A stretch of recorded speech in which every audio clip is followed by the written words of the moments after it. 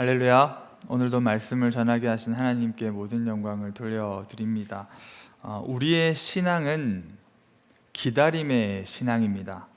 가정과 교회라는 공동체 안에서 서로가 서로를 영적으로 잘 자라주기를 그렇게 사랑으로 기다리고, 또 우리의 인생이 하나님의 뜻대로 흘러가도록 하나님의 때를 기다리는 것이 바로 우리들의 신앙이기 때문입니다. 궁극적으로는 예수님께서 다시 오실 것을 기다리기 때문에 우리의 신앙은 기다림의 신앙이다라고 표현할 수 있습니다. 그런데 이 기다림, 아무렇게나 기다려도 될까요? 그렇지 않습니다. 기다리되 우리는 잘 기다려야 한다는 것이죠. 하지만 요즘 시대를 바라보면은 이 기다림의 신앙에 대한 균형이 많이 무너져 있는 교회와 그런 사람들을 보게 됩니다. 균형 잡힌 신앙이 더 필요한 시대인데 오히려 균형이 아니라 양극단으로 치우치고 있는 사람, 그리고 교회들을 보게 된다라는 것이죠. 결코 이 양극단으로 치우치는 신앙은 결코 건강한 신앙이라고 말할 수 없을 것입니다. 균형을 잃어버린 한쪽 극단은 아주 뜨겁고 열광적인 종말론자들입니다.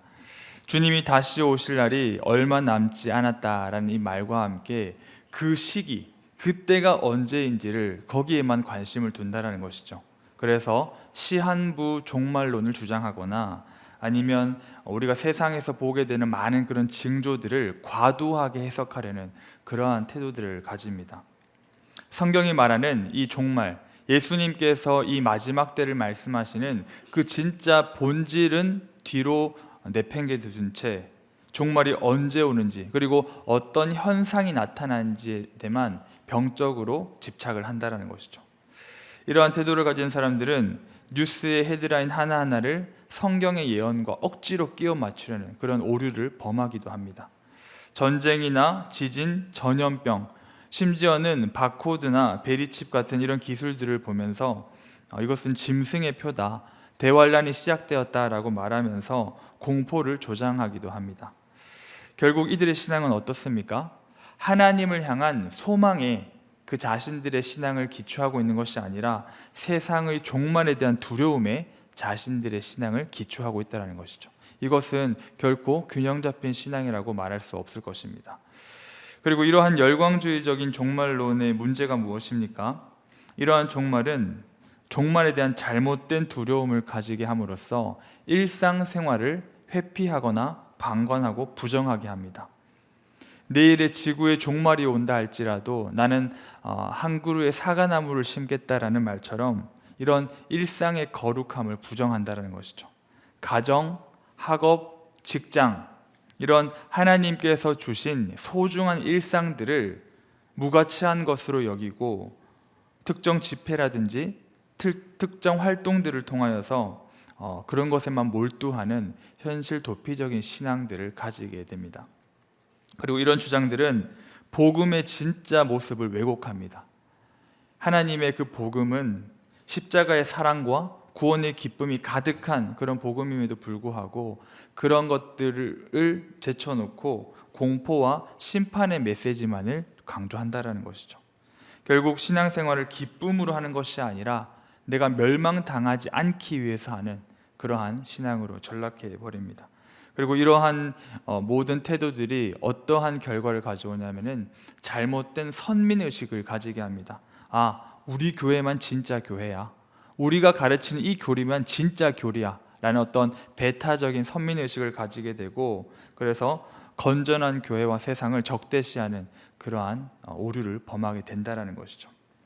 그런데 이렇게 종말에 대해서 열광적으로 뜨겁게 이렇게 반응하는 극단도 문제지만 다른 반대쪽에 있는 극단도 문제입니다. 열광적인 종말론의 반대편 극단에는 아주 차가운 무감각적인 종말론이 있습니다. 이러한 태도는 우리 교회 안에도 아주 넓게 퍼져 있는 그런 오류인데요. 바로 마지막 날에 대한 그런 긴장과 기대를 잃어버리고 나와는 아무 상관없다는 듯이 예수님이 언제 오시든 나는 아무런 상관없다라는 어떤 그런 마음으로 아주 차갑게 살아가는 그런 극단이기 때문입니다. 입술로는 어떻습니까? 우리가 예배 때마다 사도신경을 신앙으로 고백하지 않습니까? 그런데 사도신경에 어떠한 구절이 있습니까? 어떠한 말씀이 있습니까? 저리로서 산 자와 죽은 자를 심판하러 오시리라. 너무나도 분명한 예수님의 재림에 대한 그런 고백이 우리 사도신경의 신앙 고백 안에 들어있음에도 불구하고 실제 삶 속에서는 예수님이 언제 오시든 상관없는 그런 삶을 살아간다라는 것이죠.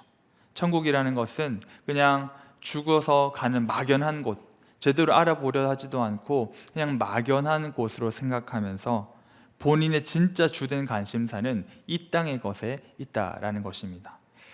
이런 무감각한 종말론의 문제가 무엇입니까? 이런 생각들을 가진 사람들은 실천적 무신론자가 됩니다. 실천적 무신론자가 무슨 말일까요? 교회에서는 이 신앙을 고백하고 정말 신자처럼 살아가지만 실제로 내가 하는 행동, 내가 하는 선택, 세상에 나가서 하는 모든 그런 일들은 하나님의 섭리와 그런 심판을 전혀 의식하지 않고 살아가는 사람들. 머리로, 말로는 무신론을 얘기하지 않지만 나의 실천, 행동으로는 그렇게 무신론자와 같은 삶을 살아가는 것이 실천적 무신론자입니다. 그리고 또 이런 무감각한 종말론은 거룩한 긴장을 잃어버리게 만듭니다. 예수님께서 언제든지 이 땅에 오실 수 있다라는 그런 거룩한 긴장감을 가지고 우리가 깨어 있어서 살아가야 하는데 그런 것들이 없기 때문에 죄에 대해서도 더 무뎌지고 나의 어떤 그런 연약함, 나의 어떤 그런 죄성에 대해서도 너무나 방관한다라는 것이죠. 회개를 미루고 다들 이렇게 살아가는데 괜찮겠지라고 그렇게 타협하고 합리화하게 됩니다. 결국 이러한 태도는 어떻게 됩니까? 우리의 궁극적인 소망을 변질시켜 버립니다. 우리의 참된 소망이 어디에 있습니까? 우리의 참된 소망은 저 천국에 있습니다. 하늘에 계신 하나님 아버지, 그리고 하나님 아버지와 영원토록 그 하나님을 예배하고 영원토록 그렇게 경배하는 그 마지막 날, 그 천국, 그것이 바로 우리가 품어야 할 진짜 소망인데 그것이 아니라 오히려 이 땅에 오히려 썩어 없어질 것들, 눈에 보이는 것들의 궁극적인 소망을 두려워하는 그러한 태도들을 가지게 된다라는 것입니다. 사랑하는 여러분, 우리의 신앙이 그리고 이 종말을 바라보는 우리의 관점이 균형을 잃어버린다면은 이런 양극단에 빠질 수밖에 없다라는 것을 우리는 기억을 해야 할 것입니다. 이 양극단은요, 정반대처럼 보이지만 사실은 하나님을 신뢰하고 있지 않는다라는 면에서는 동일합니다. 그렇기에 이 양극단은 정말 우리 영혼에 치명적인 어떤 부정적인 영향력을 끼친다라는 것을 기억하면서 우리는 이 균형 잡힌 신앙을 가지기 위하여 최선을 다해야 할 것입니다. 그리고 우리의 기다림의 신앙은 이렇게 균형이 잡혀 있어야 할 것이고, 그리고 그 균형의 근거는 바로 성경에 있어야 합니다.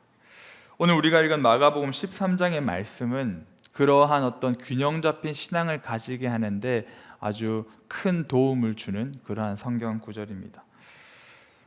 오늘 말씀을 통하여서 과연 우리는 어떤 자세로 주님을 기다려야 할지, 또 어떤 자세로 이 마지막 때를 살아가야 하는지를 우리가 함께 깨달았으면 좋겠습니다. 그리하여 어떤 열광적인 종말론자들의 그런 어떤 불안함, 두려움이 아니라 또 무감각한 이 종말론자들의 어떤 나태함, 게으름이 아니라 건강하고 균형 잡힌 종말론자의 그런 자세를 가지는 저와 여러분들이 되기를 소망합니다.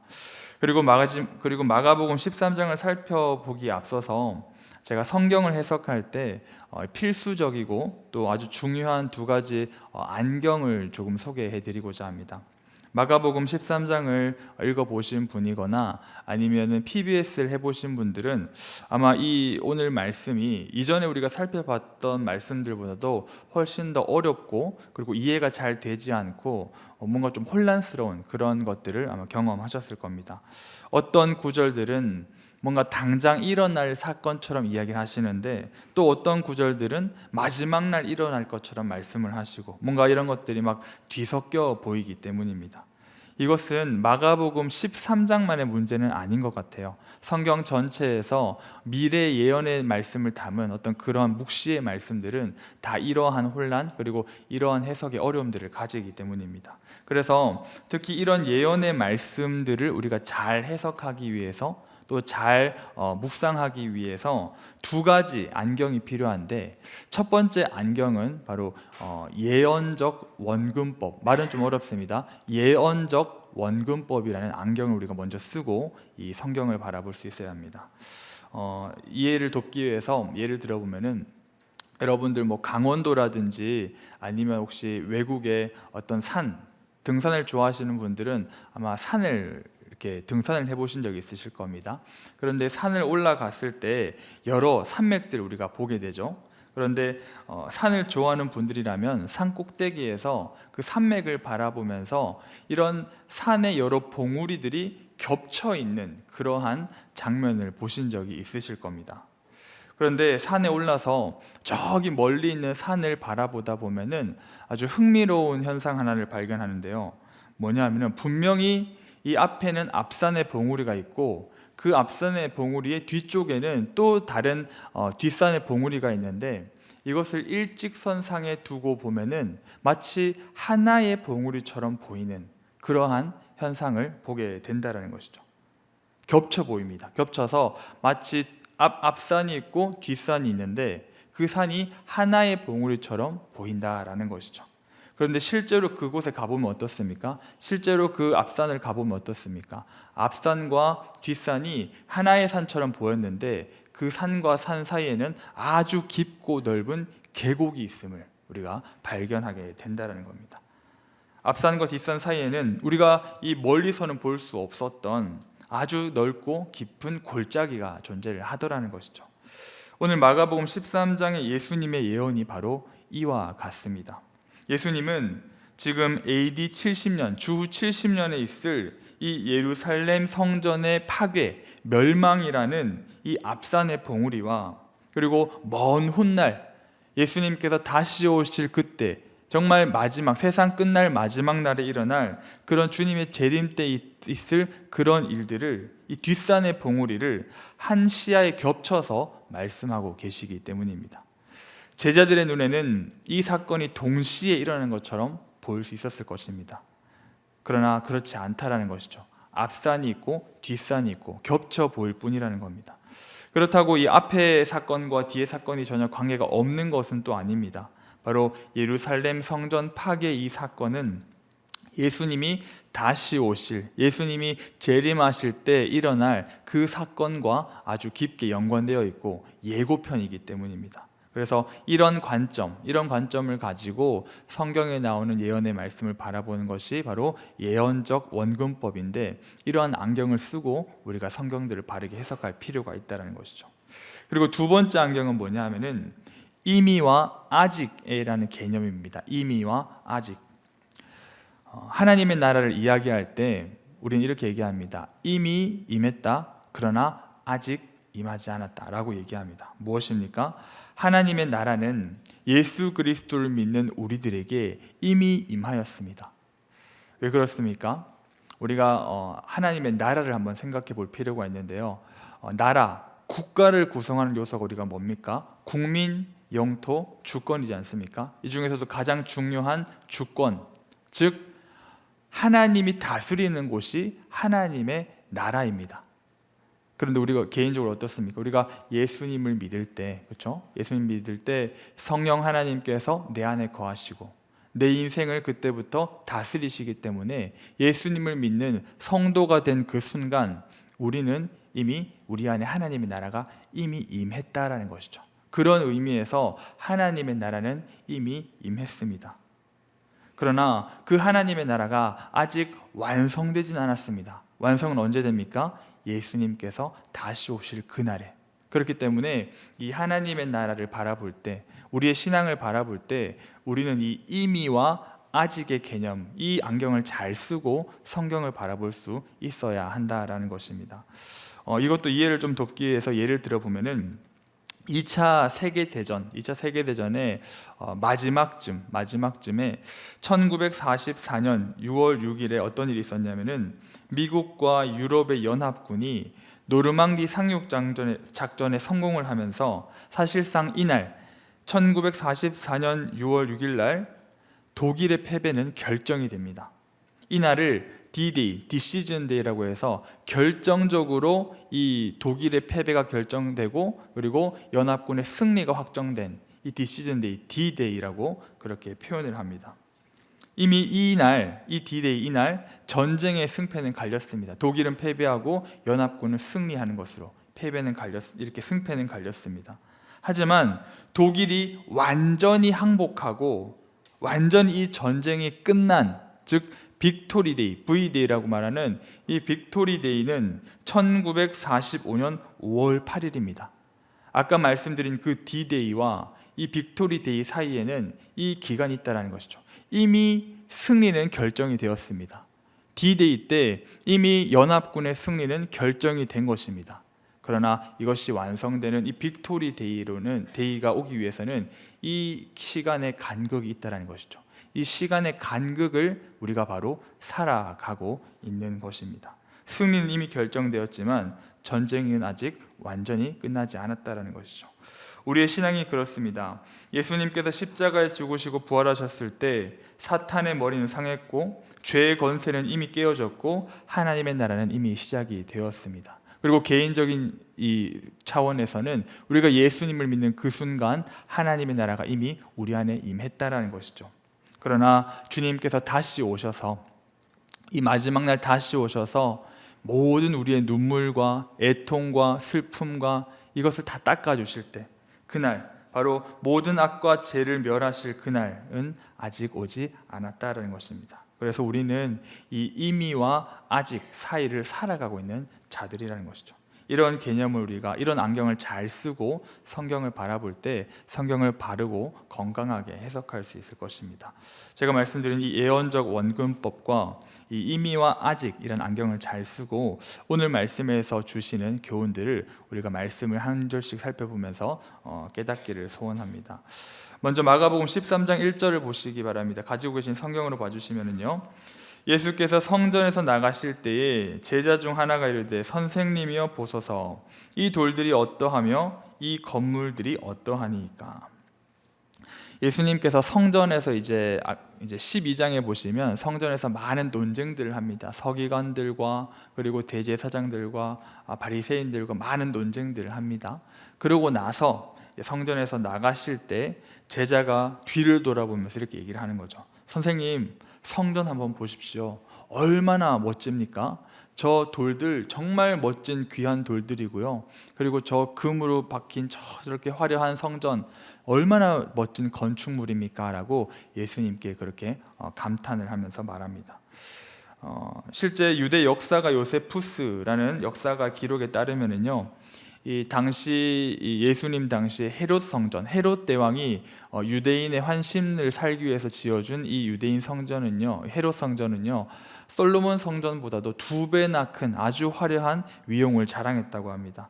성전 외벽은 금판으로 이렇게 덮어서 해가 뜨면 눈을 뜰 수 없을 정도로 찬란하게 빛이 나는 그런 성전이었고, 또 금이 덮여지지 않은 곳은 순백의 대리석으로 아주 정교하게 깎아 만들어서 정말 멀리서 보면은 눈 덮인 산처럼 보일 만큼 그렇게 아름다운 건축물이었다라고 역사가가 기록을 하고 있습니다. 거기다가 돌 하나 길이에 20m가 넘고 수백 톤이 넘는 그런 돌들을 바라볼 때 정말 영원히 무너지지 않을 것만 같은 그런 단단하고 화려한 위용을 이 헤롯 성전이 자랑하고 있었다는 것이죠. 그 성전을 보면서 제자가 예수님께 정말 아름답지 않습니까? 멋있지 않습니까? 라고 지금 이야기를 하고 있는 것입니다. 제자들은 이 화려한 외형을 보면서 이 정말 단단하고 화려한 건물이 마치 자신들을 지켜줄 것처럼 그렇게 이야기를 했던 것이죠.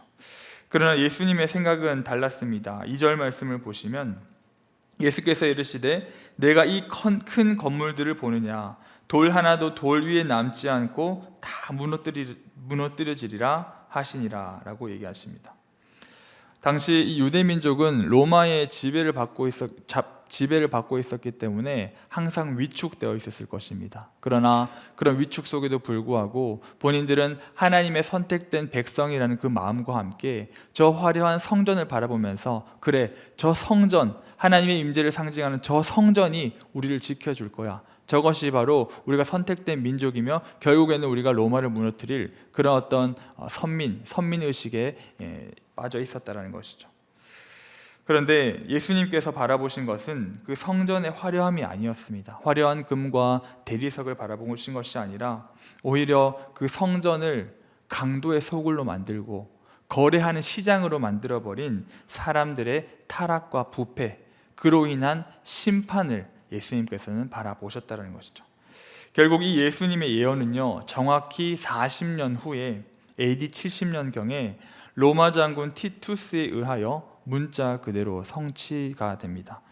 유대와 로마의 큰 전쟁, 유대 독립 전쟁이라고 하기도 하고 유대 로마 전쟁이라고 얘기를 하는데, 이 큰 전쟁에 있을 때 로마 군대가 이 예루살렘으로 쳐들어와서 예루살렘 성전에 불을 질렀고 성전을 덮은 금이 다 녹아가지고 대리석 사이로 금이 다 녹아서 흘러 들어갔다고 합니다.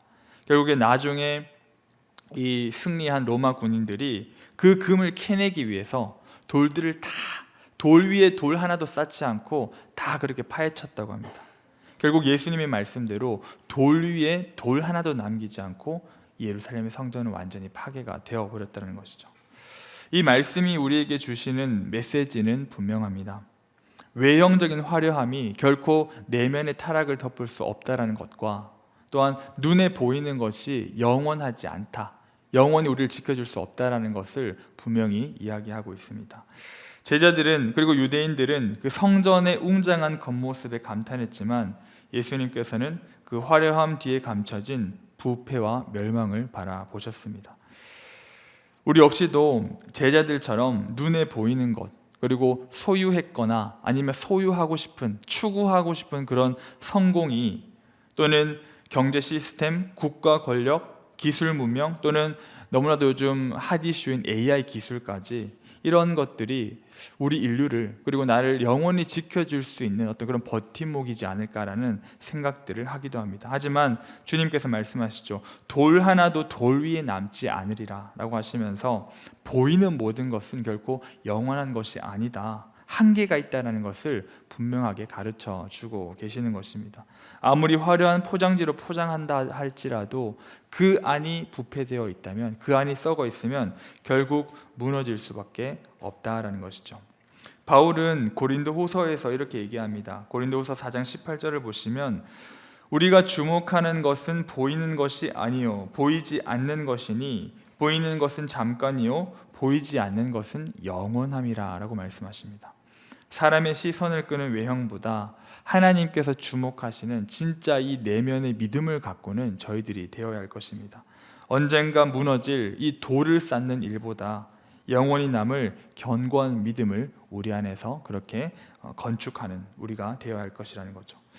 이렇게 예수님의 충격적인 말씀을 들은 베드로, 야고보, 요한, 안드레는 성전에 나와서 이제 감람산에 올라갔을 때 예수님께 조용히 나가서 묻습니다. 4절 말씀을 보시면, 우리에게 이르소서 어느 때 이런 일이 있겠사오며 이 모든 일이 이루어지려 할 때에 무슨 징조가 있사오리이까.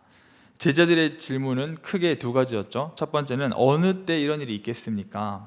성전 파괴가 언제 일어나겠습니까? 라고 묻는 것이고, 또 두 번째, 무슨 징조가 있겠습니까? 라는 질문은 세상 마지막 날에 어떤 일이 있겠습니까? 라는 질문이었습니다. 제자들은 아마도 이 성전이 파괴되는 것과 세상의 마지막을 하나로 보았을 수도 있습니다. 착각했던 거죠. 그들의 종말론적 관점에는 성전 파괴와 세상의 마지막이 겹쳐진 그냥 하나의 사건으로만 보였다는 겁니다. 하지만 제가 아까 말씀드린 것처럼 앞에 산봉우리가 있으면 뒤에 산봉우리가 있다는 것이죠. 그 사이에 깊고 넓은 골짜기가 있다는 것을 알아야 되는데, 이것을 하나의 사건으로 바라봤던 것 같습니다. 하지만 예수님은 그들의 오해를 즉시 수정해 주지 않으시고 오히려 이 두 사건을 중첩시켜서 말씀해 주심으로써 이 예루살렘 성전 파괴를 하는 이 경고하는 동시에 말세를 살아가는 모든 사람들에게 적용되는 그런 교훈의 말씀을 해주고 계십니다. 마지막 날에 징조를 묻는 제자들에게 가장 먼저 뭐라고 얘기하시냐면은 미혹을 받지 않도록 주의하라 라고 말씀하십니다. 미혹을 받지 않도록 주의하라. 그리고 많은 사람이 자신이 그리스도라고 말하면서 너희들을 미혹할 것이다 라고 이렇게 말씀을 하십니다. 실제로 초대교회 때, 그리고 실제로 1세기 그 유대 사회 때 이 로마의 압제로부터 해방을 약속하는 많은 거짓 그리스도들과 많은 거짓 선지자들이 있었다고 말합니다. 그런데 우리가 잘 생각해 보면요, 그때 예수님께서 경고했던 그 거짓 그리스도, 거짓 예수, 그리고 거짓 선지자들은 그때만 있었던 것이 아니죠. 2000년이 넘는 교회 역사 가운데 계속해서 있어 왔고, 지금 2026년에도 우리가 너무나 잘 아는 그런 거짓 그리스도들이 너무나 많이 있습니다. 몇 가지 말씀, 신천지, 통일교, JMS, 하나님의 교회 이뿐만 아니라 정말 셀 수도 없는 그런 가짜 예수, 가짜 그리스도들이 너무나 많고, 앞으로 더 심해질 거라는 거죠. 더 많아질 거고, 더 정교해질 거고, 더 심화될 것입니다. 그런데 우리가 이렇게 대놓고 분명하게 이단임을 좀 분별할 수 있는 것은 사실은 그나마 괜찮은 것 같아요. 그런데 뭐가 또 문제냐 하면은 이단과 교회의 경계에 있는 것들, 이단과 교회의 경계에 있으면서 정말 이 건강한 교회가 아닌 어떤 잘못된 신앙으로 말미암아 미혹하는 경우도 너무나 많다라는 겁니다. 그렇기 때문에 우리가 더욱더 이 마지막 시대에 분별하는 영적인 분별력을 더 키워야 할 것이고, 그렇게 미혹되지 않기 위해서 우리는 말씀을 더 깊이 묵상을 하고 더 많이, 그리고 더 성령 하나님의 도우심을 통해 깨달아야 하고, 그리고 그 말씀을 바르게 깨달을 수 있도록 계속해서 기도함을 통하여서 우리가 그렇게 영적 분별력을 키워가야만 할 것입니다. 그리고 7절과 8절에서는 난리와 난리의 소문, 민족과 민족의 대립, 지진과 기근이 있을 것이다 라고 이렇게 말씀을 하시는데요, 여기서 중요한 것은 이런 것들이 있을 것이다 라는 말씀이 아니라 7절 마지막에 보시면 이런 일이 있어야 하되 아직 끝은 아니니라 라고 얘기를 합니다. 이런 일들이 있는데, 이런 일들이 있다고 해서 그것이 반드시 그 끝을 얘기하는 것은 아니다 라고 얘기하는 것이죠. 전쟁, 지진, 기근, 전염병은 사실 인류 역사를 살펴볼 때 계속해서 반복되어 왔고, 지금도 계속해서 반복되어지고 있습니다. 마지막이 다가오면 다가올수록 더 이것들이 심화되고 더 강화되는 것은 맞지만, 결코 그런 사건들을 본다고 해서 그것이 마지막을 알리는 종말 신호는 아니라는 것을 우리가 기억을 해야 됩니다. 오히려 오늘 말씀 뭐라고 얘기하십니까? 오히려 시작이다. 오히려 8절에 보시면 재난의 시작이다 라고 이야기를 하고 있다라는 것이죠. 그리고 이 재난이라는 단어도 우리가 조금 주의해 살펴볼 필요가 있는데요, 재난이라는 이 단어는 헬라어로 오딘이라는 단어입니다. 오딘. 그런데 이 오딘은 그냥 고난, 그냥 재난을 얘기하는 것이 아니라 산고를 얘기합니다. 산고, 즉 해산을 할 때 우리가 겪는 고통, 출산을 할 때 겪는 고통, 산고, 산통이 바로 이 재난, 오딘이라는 단어라는 것이죠. 임산부에게 산통은 피할 수 없는 과정입니다. 소중한 생명을 낳기 위하여, 소중한 아이를 낳기 위하여 반드시 통과해야 하는 과정이 바로 이 산통이라는 거죠. 마찬가지로 하나님 나라의 완성은 저절로 임하는 것이 아닙니다. 죄악된 세상이 다 무너지고 새하늘과 새 땅이 다시 임하기 위해서는 이런 격렬한, 마치 임산부의 산통과 같은 그런 격렬한 고통을 수반한다라는 것이죠. 그리고 산통이 여러분들 어떻습니까? 산통은 처음부터 아주 강하게 오는 것이 아니라 처음에는 아주 약하게, 미세하게 오는 고통이, 그런 산통이 점점점 아기가 나올 때가 가까워지면 가까워질수록 더 빈도와 강도가 더 급격하게 증가한다는 것이죠.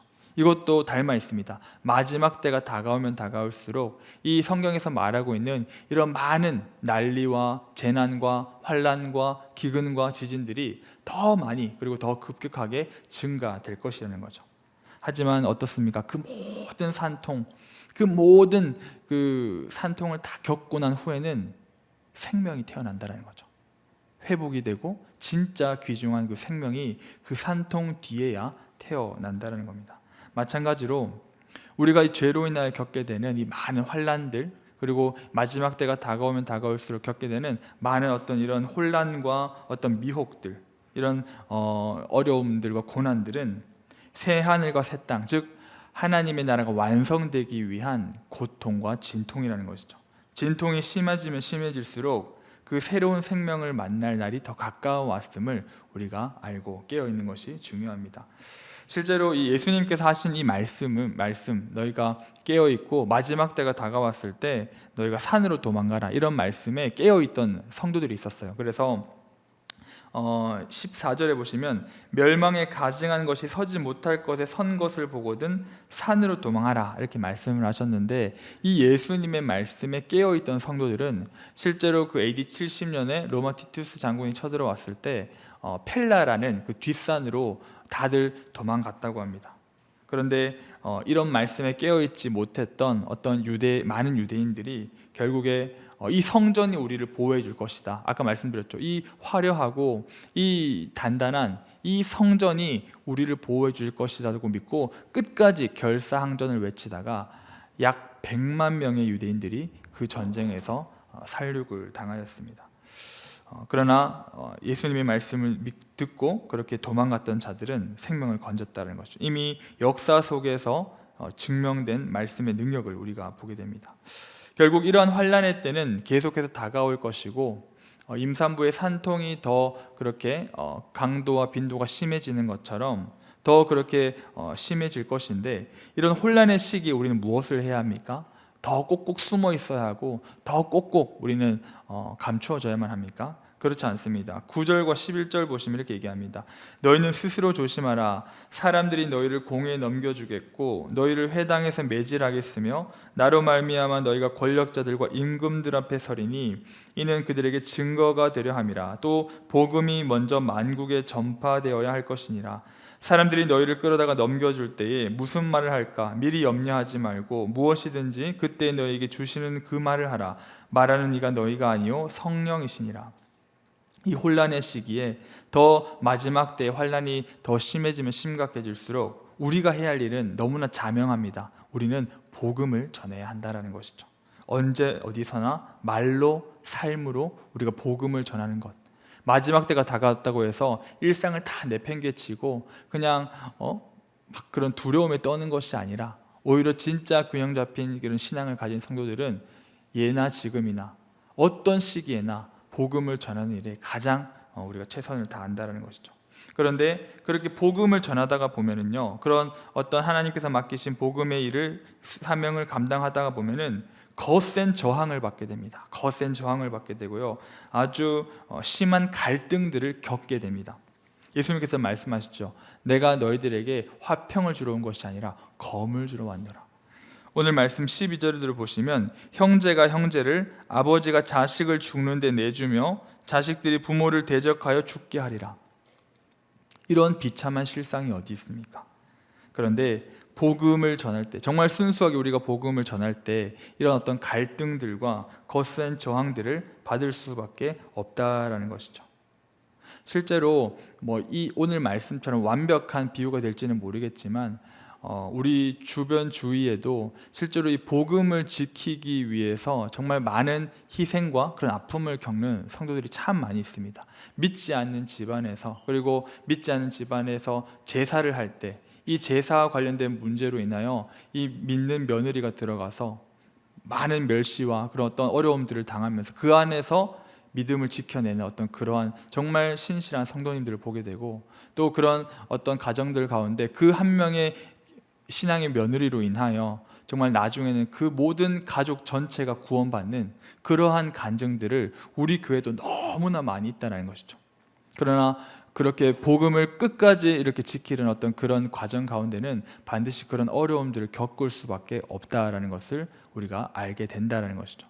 이것뿐만이 아닙니다. 실제로 여러분들 친구들한테 복음을 전해보신 적이 있으십니까? 가까운 가족에게 복음을 전해보신 적이 있으십니까? 그때 이렇게 얘기를 했을 때 막 엄청 자연스럽게 잘 받아들이던가요? 아니요, 오히려 거부하거나 더 거절하거나 아니면은 그렇게 거부하는 어떤 그러한 모습들을 우리가 더 보게 된다는 것이죠. 이것뿐만 아니라 우리가 노방전도 나가 보면은요, 노방전도 나가서도 이런 어떤 복음을 전할 때 결코 사람들이 호의적인 사람도 있겠지만 그렇지 않은 사람들이 더 훨씬 더 많음을 우리가 보게 된다는 겁니다. 이런 모든 것들이 증거한다는 것이죠. 순수한 복음을 전하고 순수한 복음을 지키는 그 삶을 살아갈 때에는 반드시 갈등과 분열이 일어날 수밖에 없다. 이것을 예수님께서 내가 화평을 주러 온 것이 아니라 검을 주러 왔다라고 말씀하시는 그 이유가 되는 겁니다. 그러나 그런 어려움들이 있다고 해서 우리가 꺾여서는 안 된다는 것이죠. 오히려 그런 것들이 당연하다. 세상이 예수님을 미워했기 때문에 예수님을 따르는 우리들은 반드시 그 미움을 당할 수밖에 없다라는 사실을 우리가 먼저 말씀을 통하여 기억을 하고 마음에 새겨야 한다는 것이죠. 그리고 그것이 너무나 당연하고 그럼에도 불구하고 우리는 그것을 거슬러서 복음을 전하는 삶을 살아야 한다라는 것을 오늘 말씀이 분명히 전해주고 있습니다. 그런데 그렇게 복음을 전할 때 뭐라고 얘기하십니까? 내가 돕겠다 하시는 거죠. 누구로? 성령을 통하여 돕겠다고 하십니다. 복음을 전할 때, 그리고 너희가 그렇게 끌려갔을 때, 재판정에 끌려갔을 때 너희가 할 말을 준비하지 말아라. 성령 하나님께서 너희 입술 가운데 그렇게 지혜를 주셔서 다 그렇게 변증할 수 있는 그런 모든 입술의 능력을 주실 것이다. 이것을 믿고 우리가 나아가야 한다는 것이죠. 그렇게 12절부터 23절까지 예수님께서는 마지막 때 있을 환난들을 더 그렇게 말씀해 주고 계십니다. 19절에 보시면 한 문장으로 이렇게 종합해서 말합니다. 이는 그날들이 환난의 날이 되겠음이라. 하나님께서 창조하신 시초부터 지금까지 이런 환난이 없었고 후에도 없으리라. 뭔가 아까 제가 처음에 말씀드렸던 AD 70년에 예루살렘의 성전 파괴를 얘기함과 동시에 정말 마지막 때 있을 그런 어떤 환난의 어떤 그런 강도를 묘사하고 있는 그런 구절입니다. 역사가 요세푸스 기록에 따르면은 실제 예루살렘의 참상은 지옥과도 같았다고 합니다. 로마 군대가 예루살렘 그 성전을 삥 둘러싸가지고 그게 아주 막 몇 개월이 지나니까 이미 이 예루살렘 성전을 먹을 것이 떨어져서 나중에는 자녀까지도 잡아먹는 그런 어떤 비참한 실상이 일어났다고 합니다. 그러나 여기서도 우리가 하나님의 긍휼하신 자비를 보죠. 20절에 보시면 만일 주께서 그날들을 감하지 않으셨더라면 택하신 자들을 위해서 그런 어떤 날들을 감하여서 다시 한 번 더 또 구원을 해주시는 또 그러한 장면들 우리가 보게 됩니다. 이런 역사적 사건들은 결국 아까 말씀드렸던 앞산의 봉우리인 것이고 이런 사건들을 통하여서 마지막 날에 있을 그런 환난들이 이러한 모습이겠구나라는 것을 우리가 또 예상할 수 있다는 것이죠. 그리고 나서 이제 예수님의 시선은 앞산 봉우리를 넘어서 마지막 뒷산 봉우리를 향하게 되는데요. 24절부터 27절까지 말씀입니다. 제가 한번 읽어보겠습니다. 그때 그 환난 후 해가 어두워지며 달이 빛을 내지 아니하며 별들이 하늘에서 떨어지며 하늘에 있는 권능들이 흔들리리라. 그때 인자가 구름을 타고 큰 권능과 영광으로 오는 것을 사람들이 보리라. 또 그때에 그가 천사들을 보내어 자기가 택하신 자들을 땅 끝으로부터 하늘 끝까지 사방에서 모으리라. 해와 달이 빛을 잃고 예수님께서 구름을 타고 오신다라고 이야기하십니다. 그런데 그날이 언제일까요? 그런데 그날은 우리는 알 수 없습니다. 말씀하시죠. 그날과 그때는 아무도 모르나니 하늘에 있는 천사들도 아들도 모르고 아버지만 아시느니라 라고 말씀하십니다. 그리고 나서 이어서 말씀하시죠. 가장 중요한 말씀, 우리가 마가복음 13장 말씀 중에서 가장 중요한 말씀이기도 합니다. 우리 같이 한번 읽어볼까요? 여러분들 가지고 계신 성경 13장 마가복음 13장 33절부터 37절까지 말씀을 우리 한 목소리로 한번 읽어보겠습니다. 시작.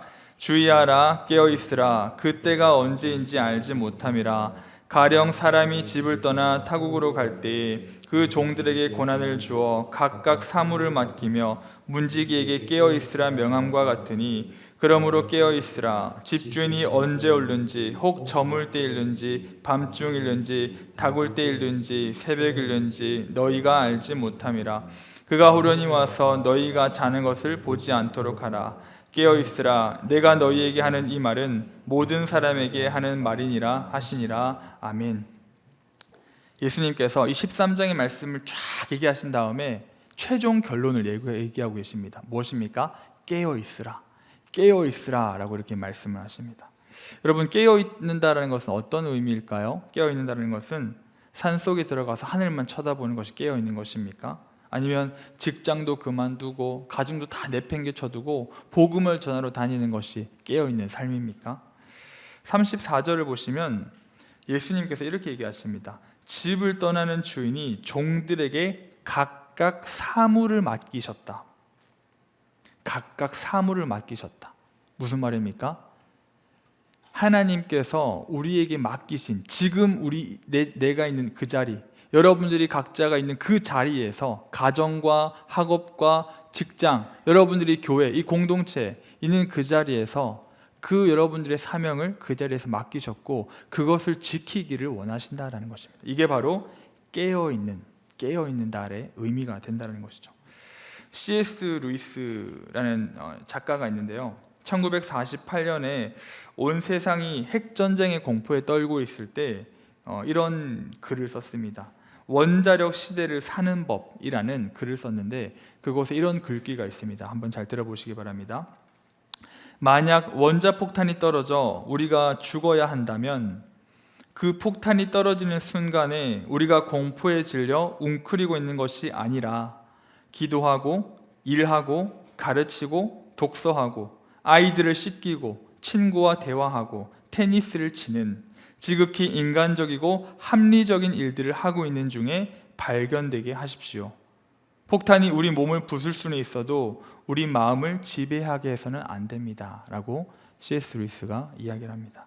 사랑하는 여러분, 이것이 바로 마가복음 13장이 말하는 깨어있음입니다. 종교개혁자 루터가 얘기했죠. 내일 지구가 멸망하더라도 나는 오늘 한 그루의 사과나무를 심겠다. 이 사과나무를 심는 것이 바로 우리가 깨어있는 태도라는 것입니다. 내일 주님이 오신다 할지라도요, 수험생들은 공부를 해야 합니다. 내일 주님이 오신다 할지라도 우리 주부들은 설거지를 해야 하고요, 직장인들은 서류를 작성을 해야 합니다. 바로 그것이 주님께서 우리에게 맡기신 사무이기 때문입니다. 여러분, 레스토랑을 가면은 웨이터들이 있죠. 웨이터가 그 웨이트, 기다린다에 ER 붙은 기다리는 사람, 웨이터, 직역하면 그런 뜻이지 않습니까? 그런데 웨이터가 기다릴 때 어떻게 기다립니까? 손님들이 없다고 해서 그냥 아무것도 안 하고 빈둥빈둥 기다릴까요? 그렇지 않습니다. 접시들을 치우고 상을 닦고 손님들이 와서 맛있는 음식을 아주 깨끗한 환경에서 먹을 수 있도록 치우고 닦고 준비를 한다는 것이죠. 그것이 바로 웨이터의 웨이트입니다. 이것이 바로 섬기는 기다림이라는 것이죠. 우리는 주님이 다시 오실 때 이런 세상이라는 식당에서 이웃을 섬기고 복음을 전하며 각자의 자리에서 주님께서 맡기신 사명들을 최선을 다하여 하는 것, 이것이 바로 그런 깨어있음, 그리고 주님께서 맡기신 사명이 될 것입니다. 우리는 이미와 아직 사이의 긴장 속에서 살아가고 있는 사람들입니다. 이런 시대 속에서 우리가 깨어있는 것은 이미를 기억하고 아직을 기다리며 지금에 충실히 살아가는 겁니다. 오늘 설교 제목이죠. 이미와 아직 사이에 있는 지금. 우리는 이미를 기억하고 마음에 새기며 아직을 바라보며 우리는 지금을 가장 충실하게 사는 것, 이것이 바로 예수님께서 말씀하시는 깨어 있음입니다. 오늘 말씀을 마무리하겠습니다. 왜 하나님께서는 우리에게 예수님이 다시 오실 날을 가르쳐 주지 않으셨을까요? 그날은 천사들도 모르고 아들도 모르고 아버지만 아시느니라. 왜 이렇게 말씀하셨을까요? 그것은 우리에게 주어진 모든 시간을 하나님을 의존하며 살기를 원하시기 때문입니다. 만약 우리가 그 날짜를 알았다, 마지막 날을 어떻게 알게 되었다고 한다면 그 전까지 방탕하게 살다가 마지막 바로 전에 회개하고 그렇게 주님께로 돌아가는 마음을 품는 것이 우리의 연약함이라는 것이죠. 그렇기 때문에 오히려 모르기 때문에 언제 오실지 모르기 때문에, 그날이 언제인지 우리가 모르기 때문에 우리에게 주어진 모든 시간을 항상 주님을 의지하면서 살 수 있는 것입니다. 오히려 모르기 때문에 더 우리에게는 은혜라는 것이죠. 오늘 말씀에서 깨어있으라는 이것은 계속해서 깨어있는 것을 얘기합니다. 마르틴 루터가 말한 내일의 지구가 멸망하다 한다 할지라도 나는 오늘 하루 한 그루에 사과나무를 심겠다라는 정신과도 일치하는 그런 말씀입니다. 이미와 아직 사이에 있는 우리는 이미 오신 예수님으로 인하여 구원을 얻었지만 아직 오지 않은 완성된 하나님의 나라를 기다리고 살아가고 있습니다. 이 사이 기간 동안 우리가 해야 할 일은 지금에 충실하는 겁니다. 도피가 아니라 우리의 일상을, 지금 우리에게 주어진 일상을 충실하게 살아낸다라는 것이죠. 학생들은 더 열심히 공부해야 되고요, 직장인들은 더 열심히 직장을 다녀야 하고, 주부와 또 부모님들은 더 열심히 가정을 돌보아야 할 것입니다. 진짜 깨어있는 성도는 주님이 언제 오신다 할지라도 부끄럽지 않게 살아가는 자들입니다. 오늘 설거지를 하고, 오늘 서류를 작성하고, 오늘 이웃을 사랑하며 오늘 복음을 전하는 이런 사람들이 바로 건강하고 균형 잡힌 종말론자들입니다. 이미 구원받았으나 아직 완성되지 않은 하나님의 나라 속에서 다시 한 번 더 이러한 깨어있음으로 주님께 충성되이 나아가는 저와 여러분들이 되시기를 예수님의 이름으로 간절히 축원드립니다.